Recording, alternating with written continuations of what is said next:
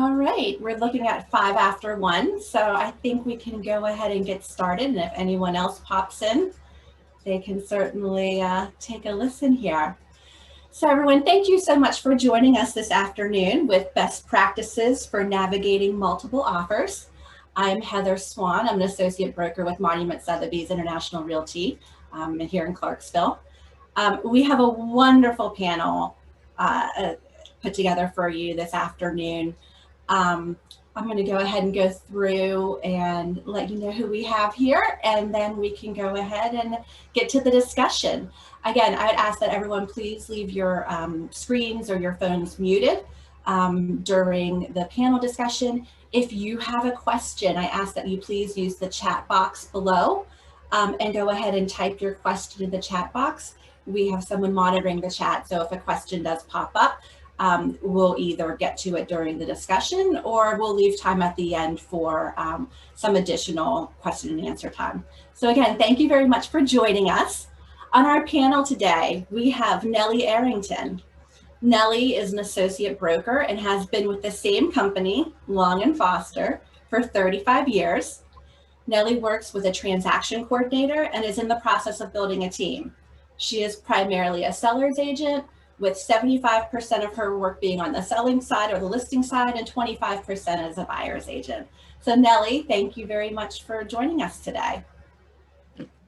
Next, we have Mary Chippa. Mary is an associate broker and has been licensed for 38 years. So we have some wonderful tenure on the panel today. She is also a real estate instructor and owner of a real estate school. She holds several designations and certifications and teaches several designation and certification courses. Mary sells real estate in 9 Maryland counties, which includes residential, REOs, and land. Next, we have Anthony Friedman. Anthony has been in the business just over 10 years and primarily with the same brokerage, Northrop Realty, Long & Foster. Anthony started his own team 3 years ago when his daughter Mia was born. He and his team work with sellers and buyers, but primarily sellers. Anthony and his team did over $66 million in sales volume in 2020. The team's primary target area is Howard County. However, they cover the surrounding area in Washington, D.C. Next, we have Zuel Jamison. Zuel began her real estate career 19 years ago. She is currently a salesperson with Remax Advantage Realty and has a dynamic team, the Zuel Group. Sorry, Zuel, if I'm butchering your name. Next, we have Brenda Kasuva. Brenda is a licensed realtor and instructor. As a real estate educator, Brenda has been training agents for over 15 years as an independent contractor to various organizations. Some include Maryland Realtors, Howard County Association of Realtors, Anne Arundel Association of Realtors, Greater Baltimore Board of Realtors, Coastal Association of Realtors, Plan to Pass, and Caldwell Banker School of Real Estate, and more. So she definitely has them all covered, and we're excited to have her here. Next, we have Donnell Spivey. Spivey or Spivey, Donnell? You might be on mute. In any event, Donnell is the broker. There you go. Donnell is the broker owner of Exit Spivey Professional Realty.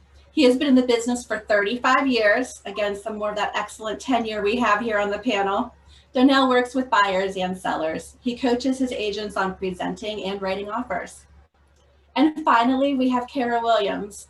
Kara Williams is the principal broker for Sampson Properties in Maryland and Pennsylvania, a real estate brokerage currently serving 10 offices in Maryland and growing. She served the Howard County Association of Realtors on the Forms Committee and the Broker Managers Committee. As a graduate from the University of Maryland, a lifelong resident of Howard County, and with almost 2 decades in the real estate business, she offers an extensive knowledge of the business and the area to her associate brokers, agents, and staff. So again, thank you all for being on our panel today. For our attendees, you can see we have some excellent panelists here with lots of experience. So without further ado, let's get into the conversation here. I know all of us have buyers particularly who are feeling the pain of the multiple offer situation that we still find ourselves in. And then sellers as well who are overwhelmed with the volume and aren't quite sure the best way to analyze the situation at hand. So let's start, Nellie, let's start with you. Let's start off with, as a listing agent, how important is communication from the buyer's agent to you? And what type of information do you like to receive from a buyer's agent when they're presenting an offer, outside of just obviously the offer itself? Well, good communication that is pleasant and professional and isn't trying to kind of shake down the sellers. And I'm mentioning that because I've had a couple of those this year, which has certainly, as I'm presenting, and I try to present as clinically as possible to a seller, but when the presentation has gone a little awry, I have to stop and say, do we want to work with this person for the next 60 days? I mean, there is that. So it starts there. Finding out what a seller needs, prefers settlement dates, rent back, things that go with the property, things that aren't going to go with the property. I try to manage some of those expectations by putting disclosures and disclaimers when it's still on coming soon status. And I always put in, and thank you to Brian Pakula, who I first saw do this.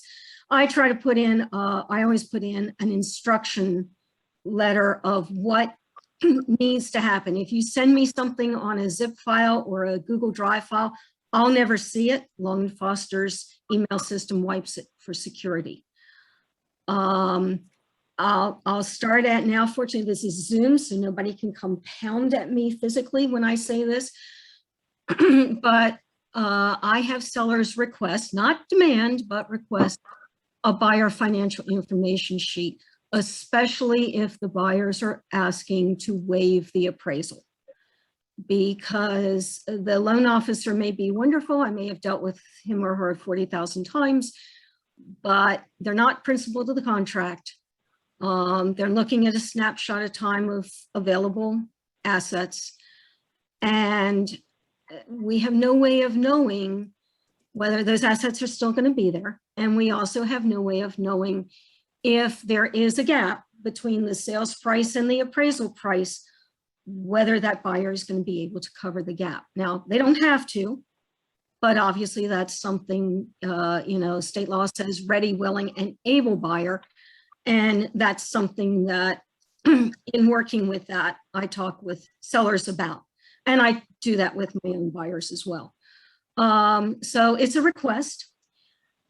I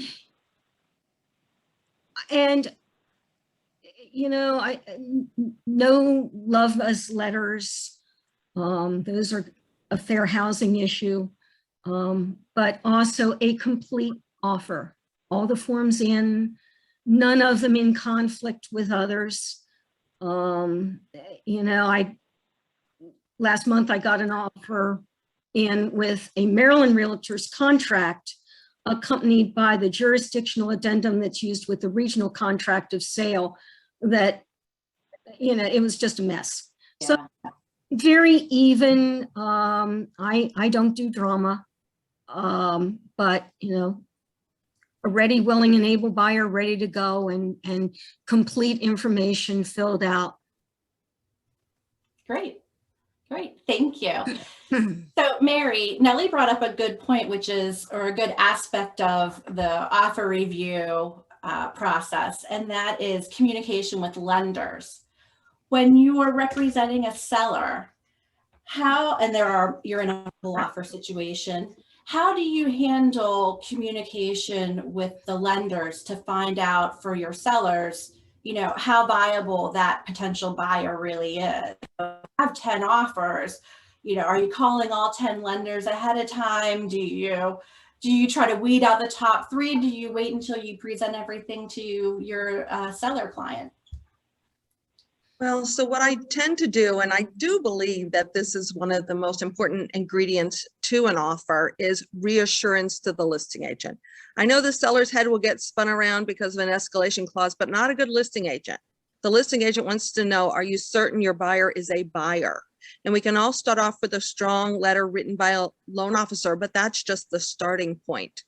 And because Maryland still uses that term fair in their legislation and their regulations, what I do to one, I would do for all.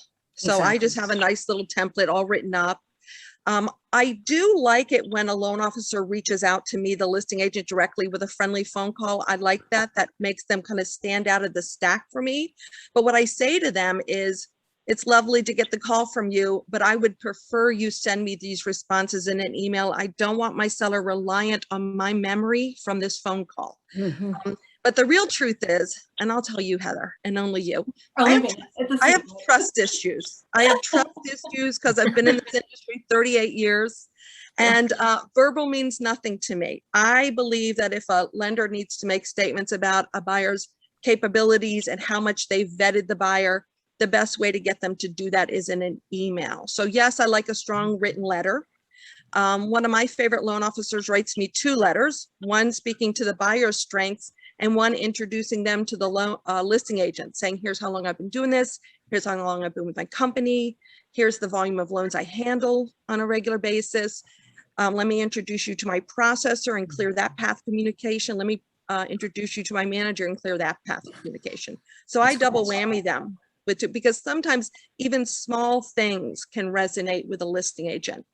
And then I would just send out an email to all, let's say 7 offers, because their letter does say, if you have any other questions. Oh, I do have a few more. So I like to go at it with that sort of uniformity, because one of the things I'm hearing, which I heard Nellie mention, drama, I'm hearing now more than I've ever heard, people being disgruntled and saying things like, I wasn't treated fairly, my offer wasn't presented fairly, I was discriminated against. And the truth is, you were probably just beat. But we do need to make sure that we're going at this with some type of uniformity, so that if someone misjudged the situation, we would have solid ground to stand on. That's great. Thank you, Mary. You're welcome. So Anthony, building on that and building on the idea of uniformity, your team has done quite a volume in 2020, and I'm sure 2021 is kicking for you as well. How do you go about uniformly presenting the offers that on a multiple offer situation to your list or to your listing clients or to your sellers? Do you put a spreadsheet together and you put it on top of all the offers? Do you email everything as it comes in? How do you and your team handle the actual, indexing and presentation of the offers? Sure. I think it kind of depends on the scenario. I think if it's down to like 2 offers, that might be one scenario. But if we're looking at a handful of offers or more, I mean, we've seen, I mean, I'm sure we've all seen it, but a dozen plus offers. I mean, I think one last year we had 21, we had 18 on another, just craziness. But if it's going to get like that, I am emailing the individual offers over to the client with a breakdown of the terms at a glance in the body of the email. But then I'm also putting together a spreadsheet with the terms.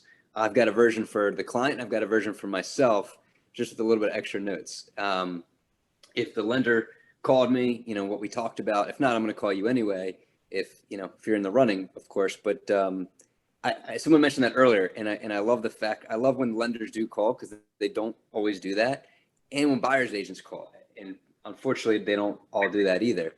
So I'm putting my notes in there on my version, but on the seller's version, they're getting an email in their inbox with the offer, the terms. It'll be offer 1, offer 2, and just to keep myself organized, I do like offer 1 in the property address, and then I list out I highlight the terms, attach it, send it over, and then we look at an Excel sheet as well.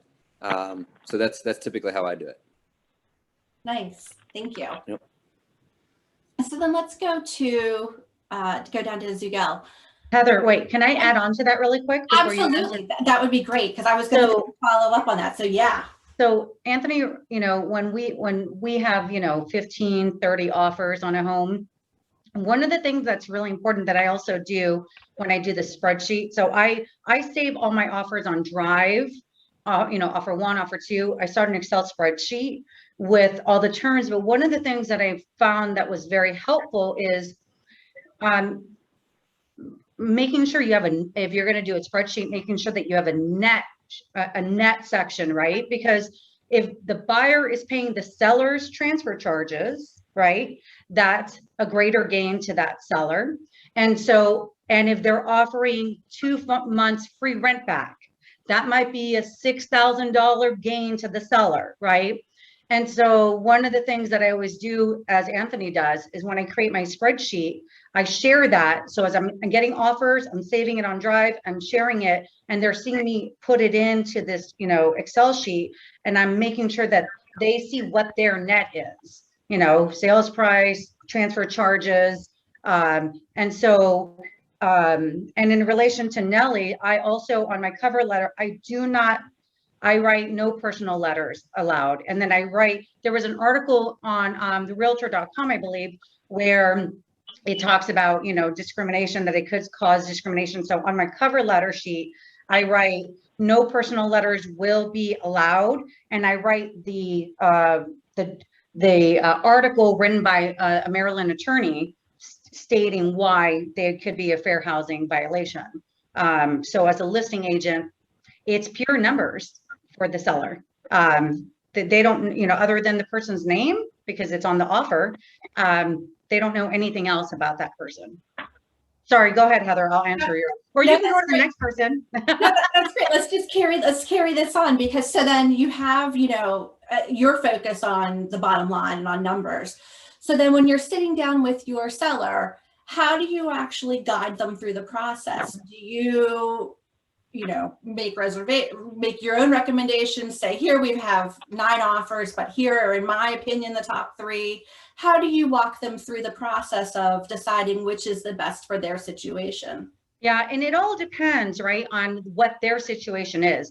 If I know that my seller has said, I need a rent back, and if, you know, 4 of the 6 offers are not allowing a rent back, and my seller has said, then we'll say, hey, listen, these 4 people can't accommodate a rent back. Should we strike them out and just talk about these other 2 that will allow rent back?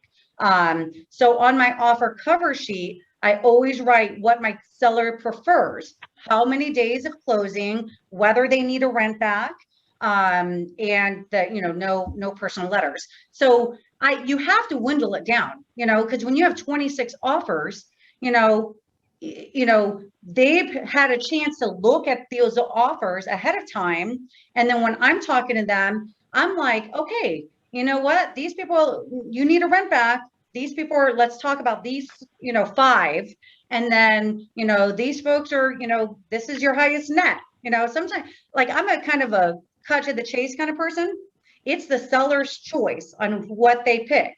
But if they're very focused on their bottom line, I'm like, this one's the bottom line. You know, this one's going to net you the most, and it has the best terms that you want. So I really play it by ear based on what the seller's, you know, preferences are. Yeah, that's great. Brenda, I think you have something to add on this point. Yes, thank you. I wanted to echo, and Mary Chippa has already put it in the chat box. You can get a theme of the instructors here. So echoing the love letters, probably you will be happy to hear that as of October 1st, Maryland Realtors listing agreement and the contract will have verbiage addressing love letters. So hopefully that will help some of us in terms of, it will be clear ahead of time to the seller that love letters are discouraged and that the listing agent is not going to address them. Same thing on the buyer side and also in our sales contract as well. So that's a good thing coming October 1st. That's great news. Wonderful. And then, so Brenda, while we have you here, so when you're next, since I have you on the line, when you're training agents or you're undergoing coaching, you know, how do you handle questions from newer agents about how to handle the best way to handle a multiple offer situation? Let's do it from the listing side, since we're focusing a little bit more on the listing side right now. So what's your best advice for particularly newer agents in multiple offer situations? So in a training class, I usually say your broker has the final say. Whatever I'm doing in class is best practice. Still, the broker has the final say. I'm probably gonna echo majority of what has already been shared. Clear communication. I think Anthony already shared that very few buyers agent even connect with the listing agent to just find out some information about the process. Listing agent probably from their perspective would be getting a completed type of a package. So new agent from the perspective of the listing agent is hopefully you know what you're getting, because if it's a new agent, we're still trying to fumble through in terms of what forms do we need and have you done your homework ahead of time to know that this is the owner that is supposed to be on the listing agreement based on your research on the deed. Have you done a good CMA, even though right now pretty much the buyers and the market is dictating the price? Do you have all the disclosures that are needed in the MLS? And do you have clear instructions as to showing? So from a listing agent perspective, probably those are my top 5. Mm-hmm. Very good. Very good. Thank you.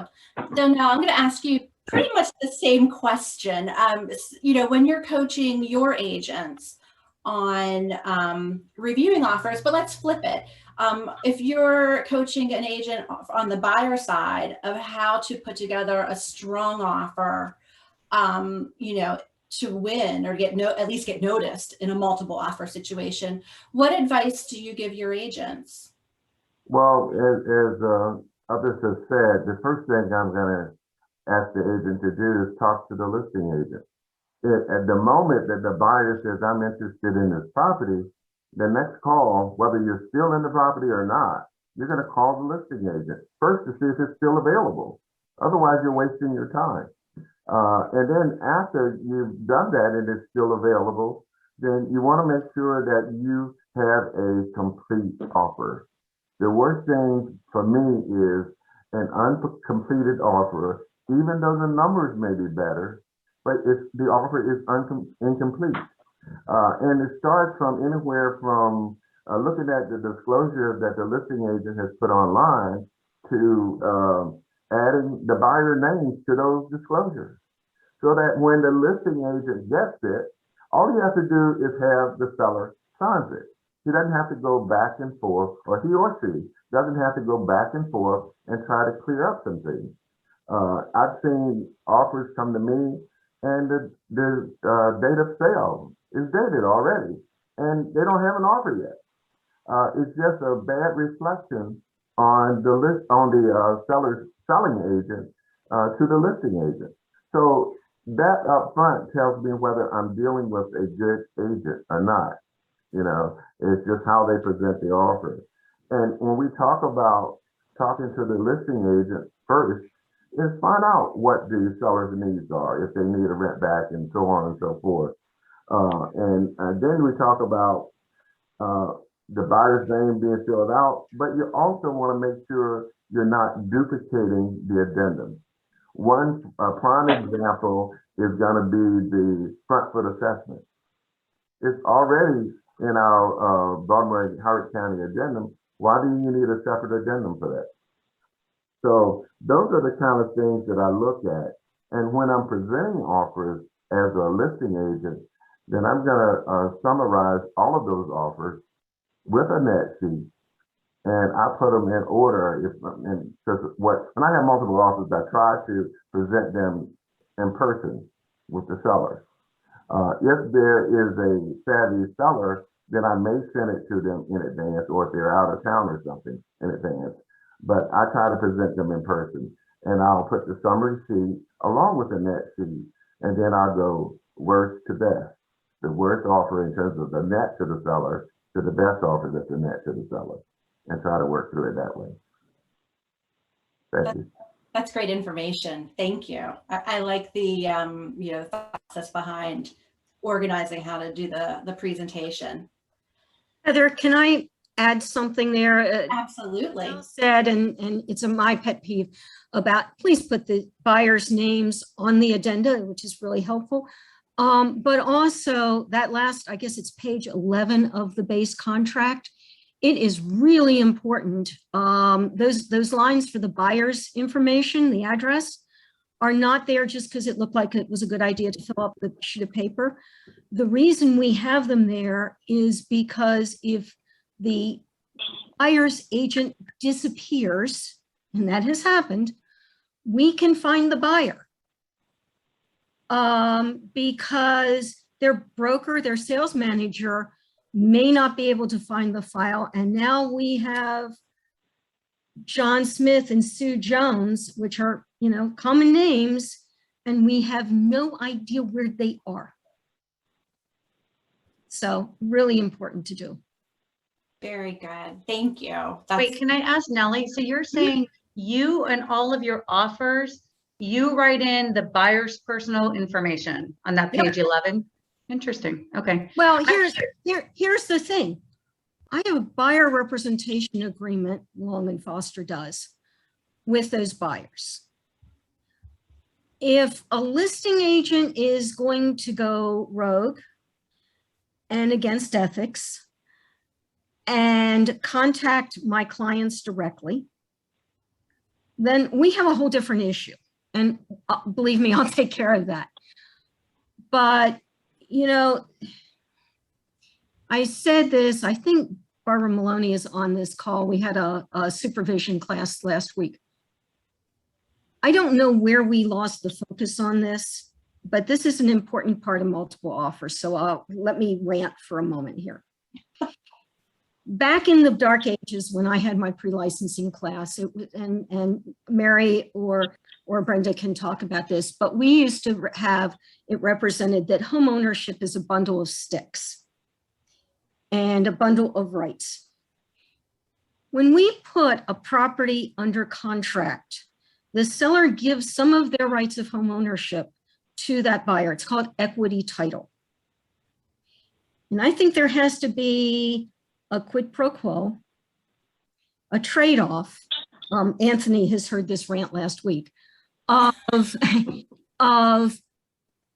okay, personal information, but the seller is giving equity title to their $250,000 house, their $500,000 house, whatever it is. And if we start to get, this is personal information, the fact is I can go online, put those names into a website, and I can find everything about that buyer in about 33 seconds, including their home address, all their phone numbers, and their email address if I have to.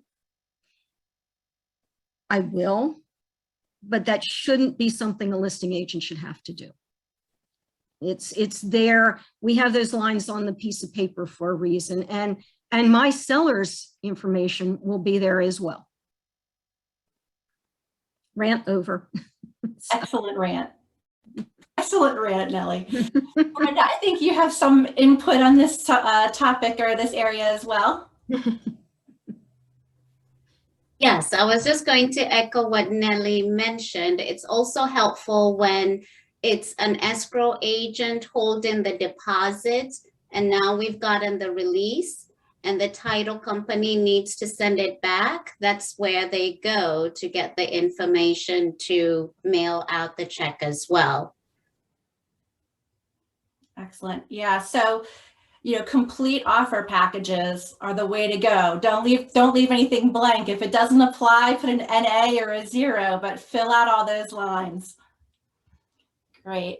Let's change the focus a slight little bit here. And Kara, let's go to you from the brokerage perspective. What pitfalls do you see your agents maybe coming close to falling into, or have you seen other agents in your agents' deals fall into, particularly in a multiple offer situation? You know, we already mentioned, you know, the fair housing problems with love letters and you know, points of equity in presenting offers. So are there any points from the brokerage standpoint, from your oversight, that you've seen, cause problems for agents, or cause problems, bigger problems for the brokerage? Yeah, so that's a good question.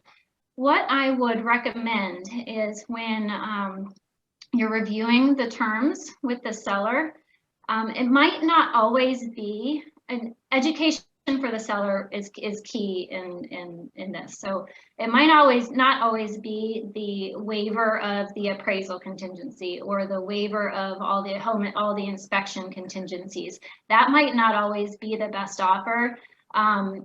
Especially when in this weird, I feel like we're in this weird situation where we're kind of trending towards not as many multiple offers, and the buyers going under contract right now are perhaps getting their appraisal contingencies and having their inspections. But the buyers that are settling now had to waive all of that. And now they're saying, well, wait a minute, I put in an as-is addendum, and that's how I won the contract, or won this bid. And usually the as-is, you'd think it's for a property that needs work, but now I'm paying a premium for this property and it's as-is, but now I want something. It's right before settlement and I want something, and I'm gonna cause an issue, or or I'm gonna ask for something or try to renegotiate. So education for the sellers at the point at which they're reviewing all the contracts is really key, I think, in reviewing that. I also something that, if I can go back to something that Zugel said, she added adding the net sheet to adding the net to her comparison worksheet. That's also helpful, because if you're looking at escalation clauses, that's what's needed in order to provide proof of another bona fide offer. So if you already have that, then you're good to go there. Yeah, I think educating the sellers as well as the buyers for reviewing the offers, and that these things could come up later, even though they look really awesome right now for you. Just preparing them for what could come down the road. Awesome. And Anthony, I saw that you just put in the comments a point. Why don't you go ahead and expand on that to the group, because that's a really good point. Sorry, just echoing what Kara said. I thought that was very well said, Kara. It's just setting expectations like we should in any market, but even more so in this fast-paced moving market. And I think we're kind of in a market that might be shifting, but we need to educate both buyers and sellers, and the buyers really need to understand what their offer means. I think what we're kind of running into, at least personally I've seen, is buyers almost ready to win, not necessarily buy a house. It's, buyer fatigue's a real thing, and we've all experienced that, and that's certainly kicking in. And these buyers are tired of losing. So it's almost like they're writing to say they tell their friends they won the house or something, but then once they're actually under contract, things change. And I can give you examples if you wanted to hear, but I'm sure we've all seen it. But they'll use things like, they'll just change. Maybe something else hits the market, or they have a change of heart after really thinking about it, and they try to get out on HOA docs. So that's where we're educating all our sellers. Whereas before, maybe we didn't order them as quickly. At the listing appointment, we're ordering. As soon as they sign up, we're ordering HOA docs, so we can deliver that on day one. I've even had it where we're putting in the disclosures in bright and having people acknowledge, and when they're signing their offers for us to be reviewed. So yeah, I think it's just setting expectations, and we're just kind of in a crazy market right now. And with the way things are going, it's just both buyers and sellers need to understand what these offers really mean. And Anthony, you can answer this, or this can actually go to anyone on the panel. Then flipping it to the buyer side, then, in setting expectations, how do you have the conversation with your buyer client that, even though they're pre-approved up to, 600,000, that they really, shouldn't be looking at any properties over X dollars, because you need to leave that wiggle room in to put a competitive offer in if we're still in an over list price situation? How do you have that conversation, or how do you advise your buyers onto what they should actually be realistically looking for and manage those expectations? Great question. I think just show it to them. You know, show them what the market looks like. So what area are they looking in? Show them the recent sales, like within that price point, maybe like depending on the price point, maybe a $50,000 or $100,000 swing. So, okay, you're looking up to 600. Let's look at what anywhere in the, let's look at what in the 5 and 6s really looks like. Okay, these listed for this, they ended up here. And based on my experience and as a listing agent and the buyer's agent, I'm seeing these terms waived, or, you know, this type of creativeness in the offers. And this is kind of what you have to do to win a property. And then that's kind of a tough conversation, because it's like, you don't want to recommend not to do an inspection. And I don't, right? But what you might say is like, okay, look, some of these crazy buyers out there that are running around, here's what they're doing to win these offers. And I can't recommend that. And if they end up waiving appraisal, inspections, anything like that, then I'm going to let them know the risk, but I'm also going to have them sign a waiver that they're choosing to waive that, because I don't want to get, you know, my ear chewed out when this all hits the fan. That's great advice. And I think, Zugel, I think you had some to follow up on that. Yeah, Jody, my buyer's agent, is on this call, but one of the things she does, and Jody, you can chime in if you want, but you don't have to. But one of the things she does once a client loses out on 2 or 3 offers, because they're having a hard time, you know, understanding the market and, you know, competing in it, is she does exactly what Anthony says. Is she does I don't know if it's a graph but she, you know, does the comps of, you know, what has sold in the last 3 months, their start price, end price. And then it's like a graph of like, okay, everything that has sold in your price point has sold for on average 7.3% over list price. So on offer number 4, you know, if our average is 7.3%, you know, and we feel like it's priced right, keep that in mind, you know. And so, but she's a mechanical engineer by trade, and so she's just very logical. So she just shows them the numbers, right? She just shows them the comps and does a graph for them, and it's the numbers. But I want to make sure that we met one thing that I want to mention before I forget is Donnell had a wonderful point when he said he picks up the phone and calls people. And as much as I hate getting all the phone calls, you know, when there's like 25 offers coming in, you know, it's like part of the job, right? That's just, I have had this year 2 offers go in my spam folder, never even know that they were there. Yep. And the only reason we knew was because we were following up on all the showings, making sure they weren't submitting an offer. And then someone says, oh, I sent you an offer Saturday night.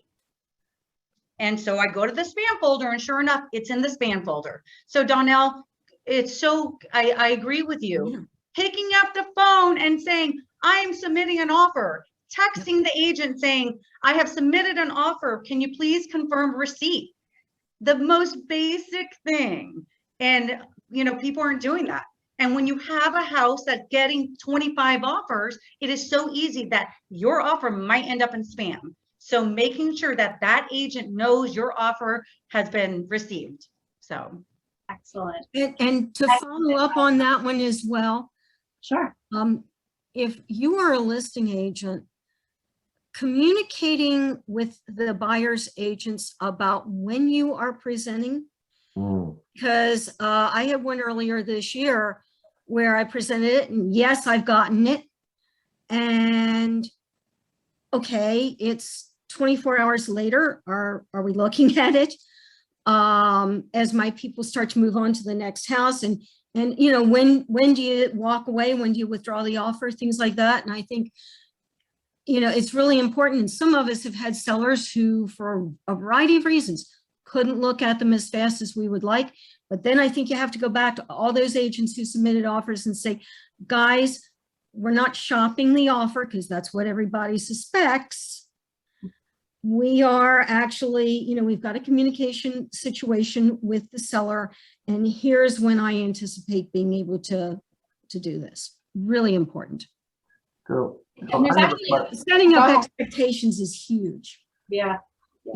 So Heather, I have a question for the panelists. So I'm a novice at this. So how do you determine as a listing agent when you're going to present? Is it on the Monday after you've gotten so many showings, or how do you set that date as to when you're going to present? And I think Anthony maybe has a response to that. And actually there was a similar question in the chat box of, just addressing generally, how do you determine and how do you come up with a deadline or setting your offer deadlines? So Anthony, if you want to jump in on this topic. Yeah, so great question. And obviously it depends on if the sellers have in the listing agreement agreed that you can tell other people there's offers, right? Because there's that clause in there. But there's a lot of agents, and I'm not saying one way is right or the other. I have my own way of doing it, but there's a lot of agents that will say, hey, best and final offers due Sunday or Monday, like from the start. To me, I feel like that in the market we're in, where we might be seeing a little bit of a shift, what I'm advising sellers, and I give them all the options, but and most of them are agreeing with me, is, hey, let's at least get an offer and then make the decision. Let's get the offer, let's review it, I'll go over it with you. If it's one that comes in, if it's two that happens to come in right around the same time, and then let's make a decision. If we need a call for a best and final offer at that point, then we will most likely do that, whether that's Sunday, whether it's Monday at noon, maybe Tuesday. But I just don't like putting it out there in the market that we're in right now. Let's say I listed Thursday. I don't like putting in the remarks, best and final offers due, X date and time, just because I think it's going to, in the market that we're in with all the buyer fatigue that's going on, I think it's just going to turn them off. And I see my own buyers looking at it like, they're already calling for best and final offers on Monday. I just had it happen to me right before the weekend. I had a client that was excited about a property, but he saw that in the remarks. And he's like, I don't even want to go look at it. They're like, well, let's take that part out of it. And what kind of offer would you have made without there being other offers? Let's talk about the offer that you're comfortable with, and let's take a shot. Because if you don't take a shot, the answer is no. But my point is, at this point, I'm not putting that in there in the remarks. I'm not calling for a best and final until we actually have something and the seller's made that decision. That's just me. Great. Zugel, I think you have some input on this as well. Yeah, so I'm completely opposite. And here's why. I feel like realtors need breathing room. If there is not an offer deadline, guess what I'm doing on Thursday when all those listings come on the market? Everyone's like, we got to see it. We got to jump on it, right? They might accept an offer by tomorrow. I personally wish every realtor set an offer deadline, set the expectation up front, so that guess what? I could go to my kid's soccer game on Thursday night and not miss it. You know what I mean? I'm being facetious. It's up to the seller, obviously, but I typically advise my client. Now, if my client has 2 dogs, 3 kids, and they're like, I don't want to be gone for the whole weekend. If I get a great offer the first day, I'm going to accept it. Okay. So I advise, but I'm opposite than Anthony. I'm like, you know what? Go out of town for the weekend. Don't be home, and let's get 100 showings on your home. And now it's more work for me, of course, right? Because that means I'm not accepting the first offer and I'm having to filter through 10 to 15 offers, right? But I personally like that we have breathing room when the agent has set an offer deadline. I'm like, oh, you know what? I could show it to you Friday or Saturday because their offer deadline is Sunday, but I will say something. If you set an offer deadline and you choose not to follow that offer deadline, please be courteous and send an email to all the agents who showed it or have not shown it and say, we have revised our offer deadline to Saturday at 9 p.m. Because there's nothing worse than a seller changing their mind, probably because they got strong-armed by a buyer saying, I want a 24-hour deadline, right?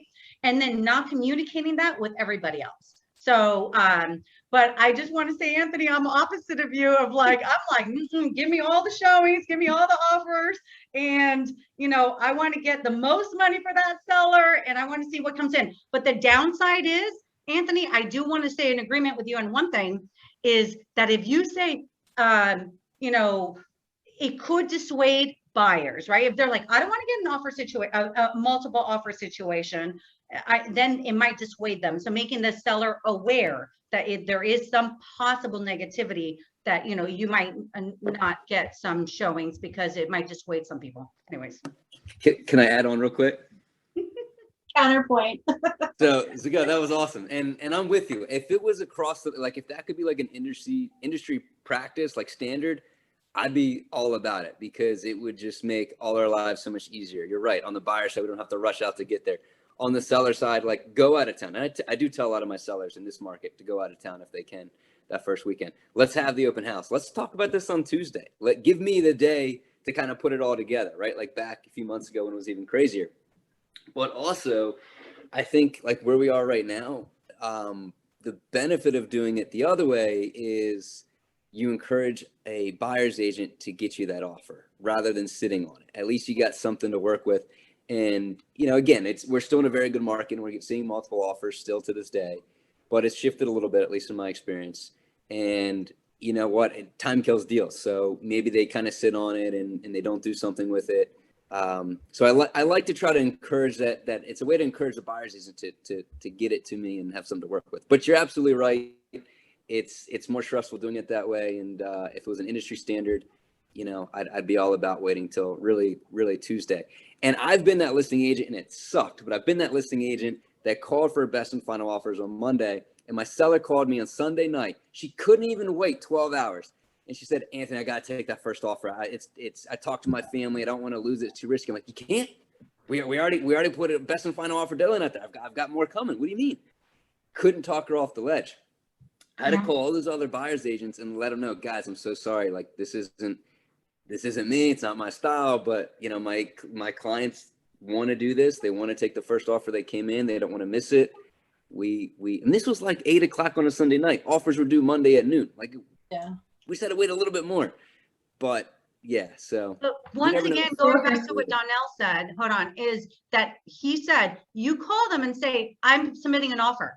So you let the agent know, hey, I'm going to be submitting an offer, so that, you know, Anthony, when that seller calls, you can call Zugel or Jody and say, hey, you said you're submitting. My client wants to submit. What's your terms? Because I know you're going to be submitting. So anyway, sorry, I won't talk anymore. That was the broker You got to perspective. call. Very helpful and practical advice. I think Brenda wanted to chime in, and then Nellie, and then we'll move it on to maybe a different aspect of this.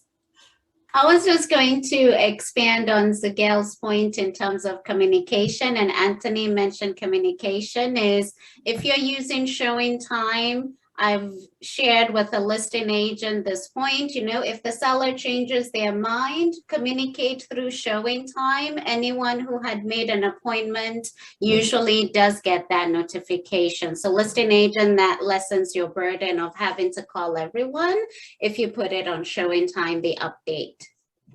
Good point. Correct. And Nellie, what are your thoughts on this? I kind of have a in between, just as an option. So I tend to put my properties on a soon on a Monday or Tuesday, with showings starting on a Thursday or Friday. And I open showing time at that point for appointments to be made starting, say, Thursday morning. At that point, let's face it, guys, everybody can see how many appointments are building. And if I've got a property where it starts to book out into full Thursday, full on Friday with a number of appointments, at that point, I'll talk with the seller and say, do you want to set a time deadline for this, so that it gives people, you're filling up time very fast. We're not allowing overlapping showings. Why don't we say, let's go through the weekend with showings and tell people we're going to do an offer deadline by noon on Monday, or whatever it turns out to be. Because what I don't want to have happen is that buyer who couldn't get into the house on Thursday or Friday blocked out, because that may be your best buyer. But that again reaches out expectations. The piece that goes along with that is, when you, as a listing agent, we have a maximum time that we can put in for the showing appointment. And there is nothing worse, and I've had it happen, where I've been given a 15-minute window to go show a $400,000 townhouse, and I get there, the previous appointment is still languishing in the house. I can't get them out. And then I finally get in, it's 5 minutes into my time, and at minute 13, I've got the agent with the next showing literally beating down the door, wanting to come in. And, you know, again, it gets back to, should we have people making decisions on, you know, part of $1 million investment in 15 minutes? No. So making sure that those windows of time are commensurate with the size of the house, so people actually see the house and can make a decision, I think reduces the buyer remorse. I think it gets you better offers. And it, again, giving a window of a couple of days, if the property looks like it's going to be really popular, gives people a chance to take a deep breath. And, you know, with this craziness, with so many buyers out there, not having overlapping showings, and that's going to stay for a while with COVID, folks. And it may be our new normal. I really think we have to give buyers the courtesy of a chance to make up their minds. Mm-hmm. Nellie, I'm going to stay with you for a second, Okay. and ask, you know, so during that time, and if there's an deadline imposed, say Monday at 5, and you're going to sit down with your clients, your sellers, some point on Tuesday, and then, you know, hopefully get back to all the buyers and have a decision made by Tuesday night, maybe Wednesday morning. What are your thoughts on what to do with the listing status during that time frame? Do you put the listing on hold? Do you leave it active and allow showings to continue? What are your thoughts on the actual property itself during that decision-making time? Properties should be, in my way of thinking, properties are active until they are under contract, and all parties have signed and initialed a fully written offer, and everything has to be in writing because that makes it valid and enforceable.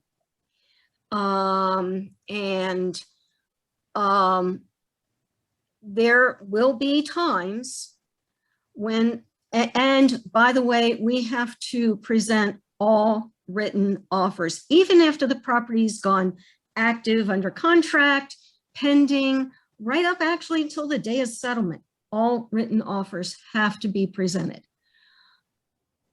There may be times when an offer comes in, you've set a deadline for noon on Monday, and an offer comes in as you're sitting there making those phone calls and talking with a seller at 5 o'clock, and after you've made all those calls and an offer comes in at 4:30 and it's written, and that has to be presented to a seller. That's what we do. That's what our state laws say. That's what the Code of Ethics says. So, and for that matter, it can be under, you know, any contingency. And, you know, an offer comes in 15 days later, it has to be presented. It doesn't matter. So, and then once I have something that is fully agreed by buyer and seller, and all the signatures are on it, I immediately go back and I try to email or phone, preferably phone, but if you've got 22 offers, it's impossible sometimes. So sometimes I'll do a blind copy to all the agents who didn't get it, so that everybody receives the same news at the exact same time, and I can track that. But let them know, and then I put it active under contract if there are contingencies, and pending if there aren't any. Great, thank you. Kara, you've been quiet. Let's come back down to you. Let's see here. I just lost my point. Oh, so actually came up in the chat box, which is why I got distracted. I wanted to know what advice, or the question for you is, what are your thoughts and what advice and guidance do you give your agents with regard to some of these other items that have been waived or presented in this time of multiple offer situations, things like escalation clauses, waiving inspections, pre-inspections. What type of advice do you have for agents regarding some of these little, not completely out of the ordinary, but not what we typically would see in a regular market here in Howard County? Yeah, I think knowing exactly, kind of piggybacking on what Anthony said, knowing exactly what they mean is very important to the sellers and the buyers. So if they are putting in an escalation clause, and also what it means if you add it in and if you take it away, that can be a negotiation strategy. If you take it out of there, you don't have to provide proof of the bona fide offer. That's a counter offer. So I think in educating the buyer, both buyers and sellers, of these little nuances of the negotiation strategies and what exactly it means to waive an appraisal you're waiving the appraisal contingency. You're not waiving an appraisal in most cases, but including what it means to include an as-is addendum, reminding them that that's actually deleting the property condition and the wood destroying insects part of the contracts. So that it's important to bring them back to that and say, this is you're deleting these things, that the seller doesn't have to leave the house in broom swept condition anymore. When you're using that addendum, you're deleting that. The little nuances of what comes in and out of contracts during negotiations. I think that's really important, and attention to detail. If you can comb through and really discuss what these specific items mean and set expectations, that's going to help out down the road. Because when you get all these offers, the seller's excited, they're going, they might be escalating, they're selling for more than they thought they would. But it's your job to make sure that you can point out those things that are going to bring it to a successful settlement. Because unless you bring it full course and have that settlement, that's you don't have anything. Right. Anthony, I see you have some thoughts on pre-inspections. Yeah, somebody, I think Donna had asked about it in the chats. Just in general, I think what thoughts were. Personally, I mean, some sellers bring that up. Personally, I don't like it for a few reasons. One, like if you do it, and then you gotta, okay, what do we have to do? What do we have to do, and what do we have to disclose? Are they really going to do everything that comes up in that pre-inspection? It delays time. If the buyers know we did a pre-inspection, I wouldn't want them to try to use that as their inspection. I think that's just risky. I'd rather them do their own inspection. I mean, just for a few reasons, I don't like that, but I know it's happening, especially in like Montgomery County, and I've been on that buying side that we have done that, and it's really not truly a pre-inspection. At least it shouldn't be, because the inspection, the language protecting the seller from liability from something happening or someone getting hurt at the property is in the contract. So if you don't have a contract, how is everybody protected? They're not, unless there's some sort of like hold harmless agreement or waiver. But I mean, we all know that's not really happening. I haven't had it happen to me personally on the selling side, so it hasn't really been an issue. But I've had people ask, and I've shared that exact response with sellers, and they agreed. Oh yeah, I don't like that. Let's not allow that. But there's also, so if it's not going to be a full-on pre-inspection, like a full-on home inspection, what's happening is called like a walk and talk. And a walk and talk would be like if you're with an inspector that's kind of walking through the property with you, and it's non-invasive, because the sellers might not be comfortable with you going through and doing an invasive home inspection. Also in this time frame, somebody, I think Nellie mentioned earlier, the 15-minute blocks. You're also taking up time from other buyers looking at the property, and again, the seller and the listing agent might not like that. So the walk and talk would be like with a contractor or inspector, where you're looking at the property and kind of just talking about it as you go through the showing. But it's not a full-on inspection. The buyers just need to know that. So again, it's all about setting expectations and the buyer understanding the risk and liability, as well as the seller. Great, thank you, Anthony. I just want to remind our attendees that we're coming close to the end of our formal presentation. So if you do have any questions for any of our panelists, feel free to please put them in the chat box. And as we wrap things up formally, we'll get to any questions on anything we haven't covered here. So that leads me to Mary, who this is actually a question / follow-up to a comment you made in the chat box, which is kind of a very educational question here, which is, can you elaborate on the difference between presenting an offer and transmitting an offer?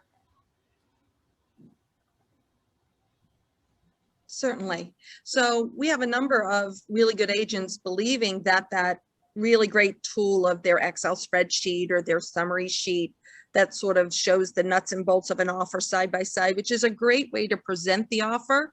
Some agents are mistakenly thinking that that meets and matches the criteria of them sharing the information about offers. But the Code of Ethics actually says that all offers, counter offers, backup offers, the works, all must be transmitted in their entirety to the owner for their decision making. So how you decide to present the offer is a conversation between you and your broker, you and your manager, you and your team leader. But the Code of Ethics says these all have to be transmitted in their entirety to the owner. So don't skip that step. We all love a good summary. Listing agents love it when the buyer agent has a nice summary in their cover letter. The seller certainly loves a bird's eye view of you creating that nuts and bolts Excel for them. And I always get them to initial the bottom of the page. I make it very clear to my sellers, I've already emailed you all 6 offers, but I wanted you to take you through them myself. I didn't want you to feel like you had to fend for yourself and try to read them without me. So now I'm going to present the offers to you. I'm going to use this Excel spreadsheet because I want you to know what a fair race this is. I've lined up everyone at the same starting line. Can you please either type into the chat if I'm doing it on Zoom, or could you please initial the bottom of these pages just to confirm for me, so that I'm protecting myself if someone claims my team member yet again got one of my listings and I'm not presenting fairly. I can prove I am, but I did already transmit them in their entirety. They're 2 completely separate steps. How you present is discretionary, you and your manager and broker, but Code of Ethics says transmit it in its entirety. And again, everything gets sent over. Lousy offers, incomplete offers. The Code of Ethics doesn't say well-written offers. No, doesn't say complete written offers. So even that credit offer, even that offer missing things. The only way we don't transmit is if we have written instructions from our client to do otherwise. Excellent, excellent points, and a great reminder for everybody, regardless of how long you've been practicing in real estate. It's a great reminder that just hitting that email and flipping the offer over isn't enough. Wonderful. Well, I'm going to go ahead and round. Can I ask a question, Heather, really quick? Oh, sure, absolutely. So Mary, if I save all the offers on Adobe Drive, right, and give my clients access to it, that is the same, correct? I'm giving them, I don't have to email them. They have access to all the offers on Adobe Drive. That's more of a manager conversation than it would ever be a classroom conversation, because to me personally, my interpretation is transmitting is actually you dropping it in their laps, not saying, hey, I left it for you somewhere. So I personally would worry that it falls short of that. And maybe what you'd want to do is fill in that perceived gap with something that says, please confirm for me you're aware that all 6 complete offers are waiting for you. So, like, just try and fill in that gap as best you can, because you and I both know this. Whenever things go all wrong, right, we have to make sure that we are standing on solid ground. And we are heading into the fall market after surviving the spring into summer market. And boy, how that buyer feels about the house before you get it for them doesn't match how they feel once they feel they're stuck with it, right? And as happy as the seller was with those highest and best offers, now they're crushed because Once the buyer realized they were bringing 45K liquid to settlement as cash above appraisal, they've left the transaction and we're starting all over again. It's a really great time for us to ask ourselves, how do we better protect ourselves, our brokerage firms? And then we can really focus on how to protect the client in that moment of creating an offer or presenting offers. Awesome. Thank you. I'm going to be asking all the panelists the same. Oh, actually, I think before we get there, Nellie, I think you have another point. And one quick comment on home inspections. And Rachel put in something where buyers were shocked that they bought as is and then weren't allowed to go in and do an inspection. Well, yeah, that's what you submitted. And agents need to explain that. And I had a client, we talked about it. I said, as is with right to terminate, which is different. And so we found a couple of things that were fairly minor, and she looked at me and I said, no, that's not what we bought. So I think it's really important as a listing agent to understand that if I get an offer in and it does have a full inspection, but it says we'll only ask for anything if it's over $2,000 or whatever, that may well be a better offer for my seller than to say as is with right to terminate. Because as is with right to terminate is a contingency that you can drive a truck through. You don't have to say what it is. You can just say, we did the inspection, I'm gone. And that puts an onus on the seller to potentially find out what went wrong with the house. It might not be anything, but you don't know. And so honestly, as a listing agent, I'd kind of prefer to see that rather than as is with right to terminate as a risk management for my seller. That's a great perspective. Nellie, let's stick with you and we'll do, I'm going to ask everybody on the panel the same question here to wrap things up. For our viewing audience, yes, what's the one best practice that you want to leave them with when it comes to a multiple offer situation? And it can be buyer or seller side, it doesn't matter. But your one favorite best thing in a multi-offer situation? Having a complete,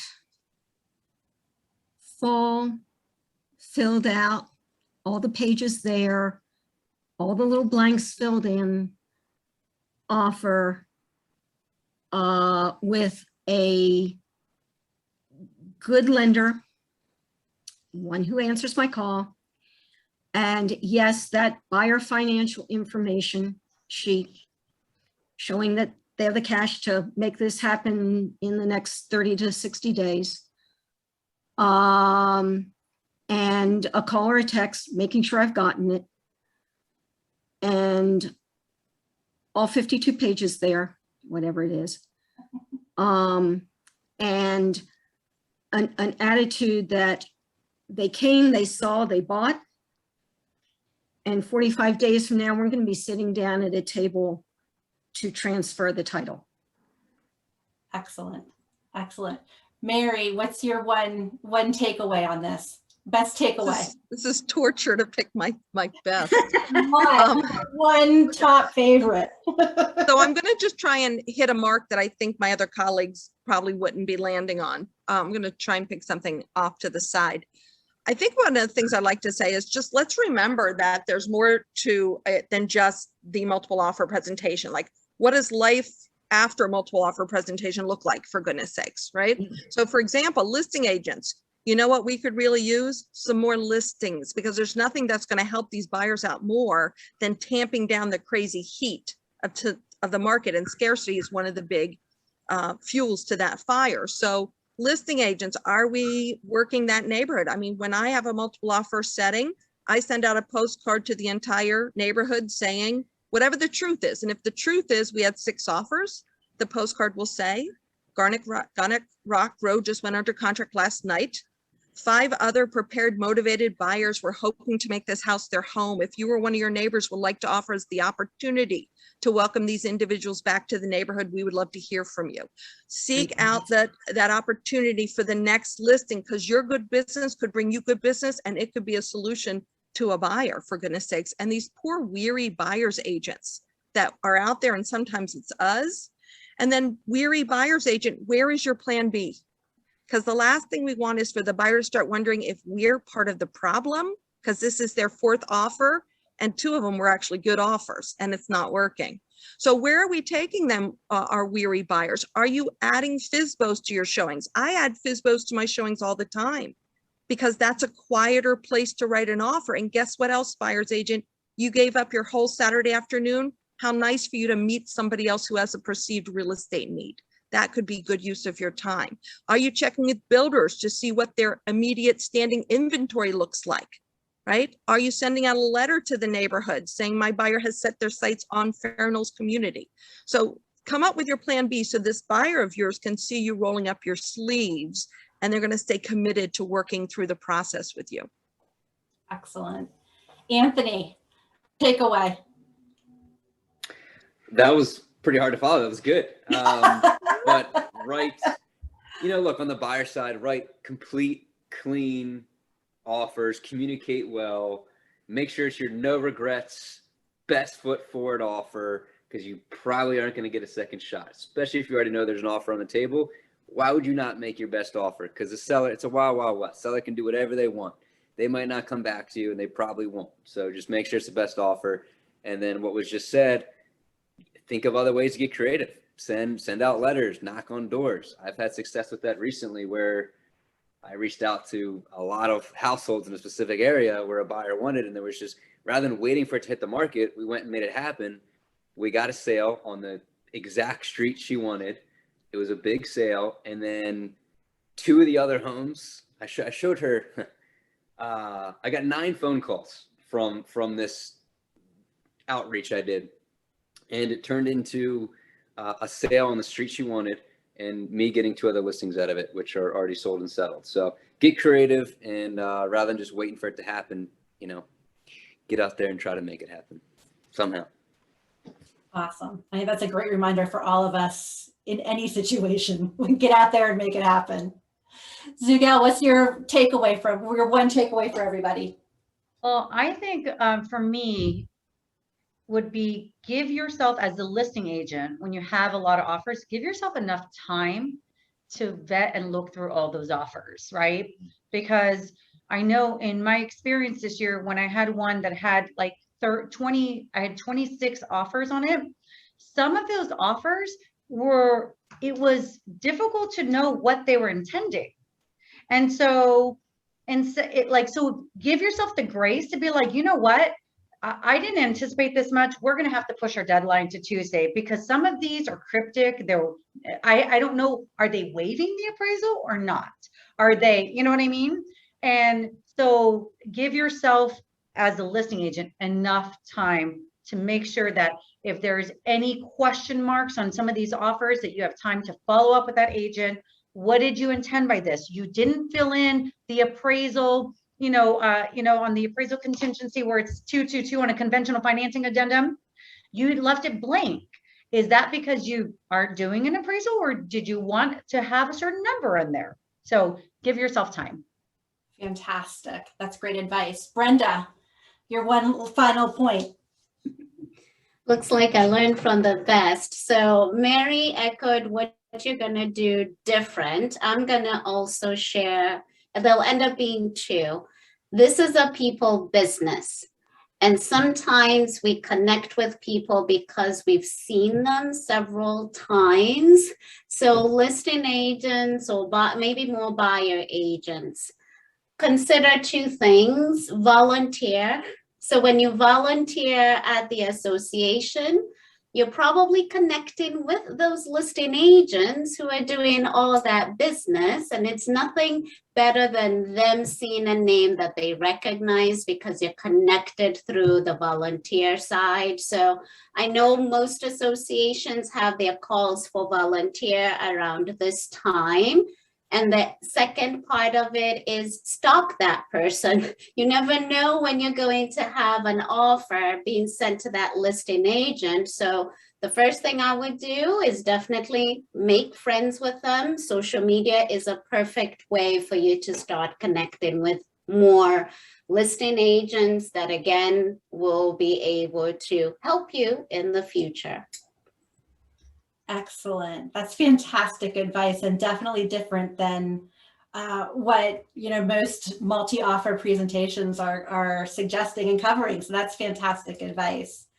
Donnell, what's your one takeaway for our attendees today? Well, it's been mentioned several times, is a fully completed offer is the first thing I want to look at, because that tells me a lot about the agent that's presenting it and if they're going to be able to follow through with what's in writing. The second one is the lender that they're working with. A letter, pre-approval letter, we've all heard, is not worth the paper that is written on. So I want to talk to that listing agent to see exactly what they've done thus far and how realistic is the offer that they presented. Can it close in 15 days? Can it close in 20 days? So that would be number 2 for me, is to make sure that they're working with a qualified listing agent, lender, a qualified lender, to make sure they can get the deal done.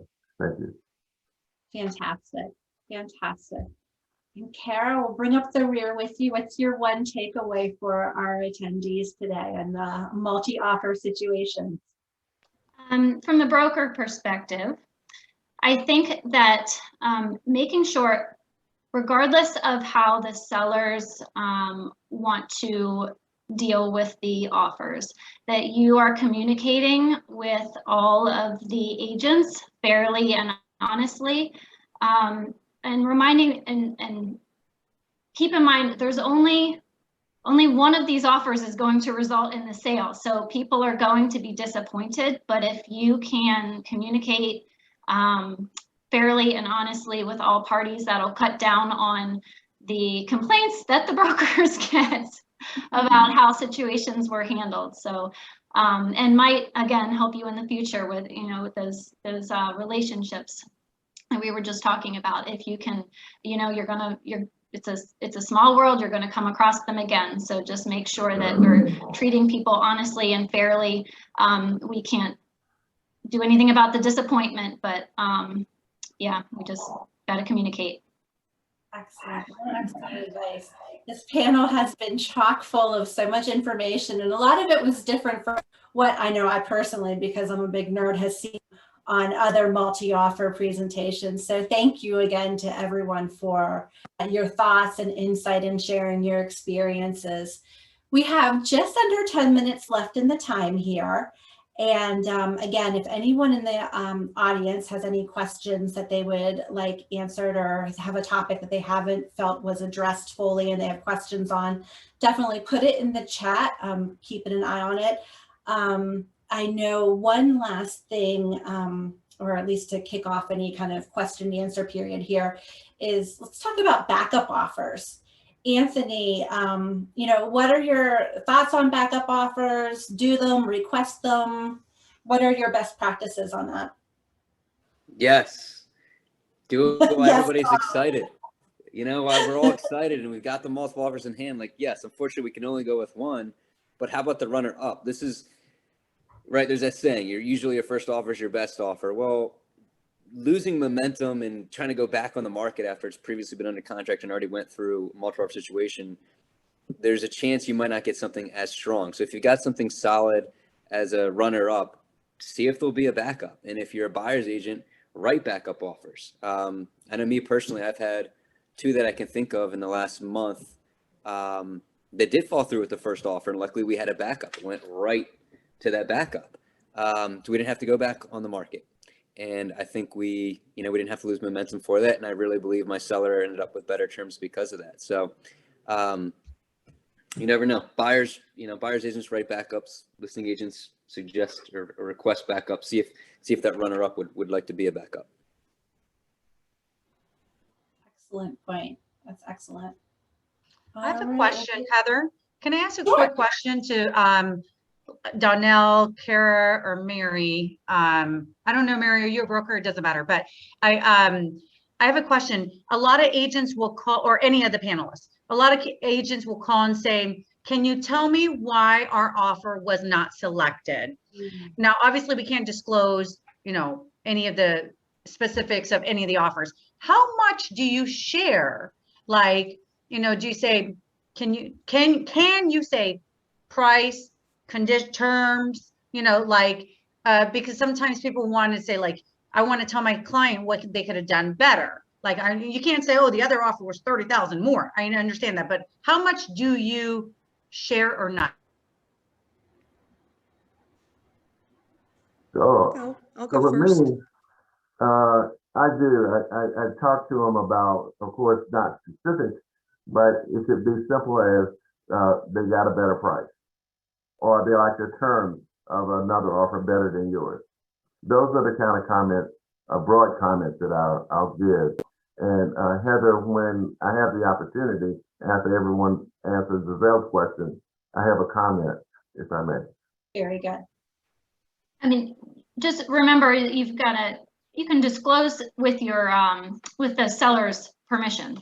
You've got the you know, the listing agreement that lets you disclose those other offers. Now, the listing agreement says you don't have to disclose the details. It's just the existence of the other offers, but you want to make sure that you've got your the permission from the seller.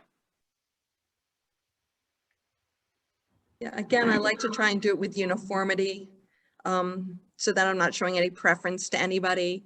And I'll normally just say something like, per my seller's instructions, I'm sharing that. Of course, it's going to be one of the key terms that's part of the decision making, but I'll also share something if it was beneficial, like size of earnest money was part of the decision making, the availability of a courtesy rent back helped us with our decision, reassurance directly from the loan officer, because if nothing else, you know, sometimes a buyer has to figure out how to win a house by losing a house. So I certainly don't mind giving those little, you know, pieces of guidance, but I try to do it uniformly so that I'm not getting individual requests, because I don't like it when the agents are bringing a lot of emotion to the conversation. I know your buyer's heartbroken. I'm aware of that. I've been you many, many times. So I try to just send it out blanketly. And yes, I always offer someone the opportunity. So I'm going to secure my primary, and then I offer someone the opportunity to be a backup. And then everyone else gets the exact same template email from me. And I tell them, I always say in my email, if the property would ever head back to the market, or a similar property would be entrusted to me, I would make sure I marketed that home to you. I really do appreciate your efforts. You know, it stings a lot to have to call your buyer and say, I'm sorry, we didn't get this one either. Thanks, Mary. All right, so we did have a question pop up here, and it's a pretty complicated question, but in these last few minutes, to anyone on the panel who wants to jump in on this, and perhaps maybe this is a broker/educator response. The question is, new agent here, can you submit multiple offers on your buyer client's behalf on multiple properties? I'm presuming at the same time. So my comment is no, not unless you're prepared to buy more than one. Right, exactly. If you put out those offers, if you put those offers out there and they come back signed, they're buying a few houses. Yeah. Very good. Very good. I know I've seen some sticky situations. Brenda, do you have thoughts on this? I think it has been answered, but I was going to go back to communication. Sometimes when the lender is calling the listing agent, just want to put it out there, listing agent, remember the lender is kind of talking on their buyer's behalf, and therefore whatever you share with them, it's definitely going to end up to the buyer agent, because there's sometimes when the lender has shared a lot more because the listing agent opened up too much. So just remember whom you are communicating with and who you are in agreement with. That seller wouldn't want you to be sharing all that stuff to the lender, because again, lender, third party, it's still going to end up to the buyer's agent. Just remember that. And watch those reply alls. You don't know who all those CCs might be. Yeah. Donnell had something he wanted to follow I up. was just gonna say, we're at 2:29, so Donnell, you get the last word / question / point. Is it 29 my age? So, you brought up a topic about backup offers. I think that in the market that we're currently in and headed, you would be smart to take a backup offer, because there are some buyers that are currently under contract are going to look for a way to get out of it, because I'm seeing more and more that offers are a decrease in price of a listing, a property that's listed and not under contract yet. So absolutely continue to hold those backup offers. Thank you. Yeah. That's a fantastic point. I think we've all been seeing more price decreases now than we have in the last several months. So that's an excellent point. Everybody, thank you so much to all of our panelists. Thank you so much again for sharing all of your knowledge and experience with all of us today. And for everyone who attended, thank you for taking time and increasing the professionalism of our profession by learning more. It's always important to keep that education going. Everybody stay safe out there. I hear the rain starting. So if you're on the road, drive carefully. And thank you again for attending. Thank you. Thank you, Great Heather. job. Thanks, Heather. Fun.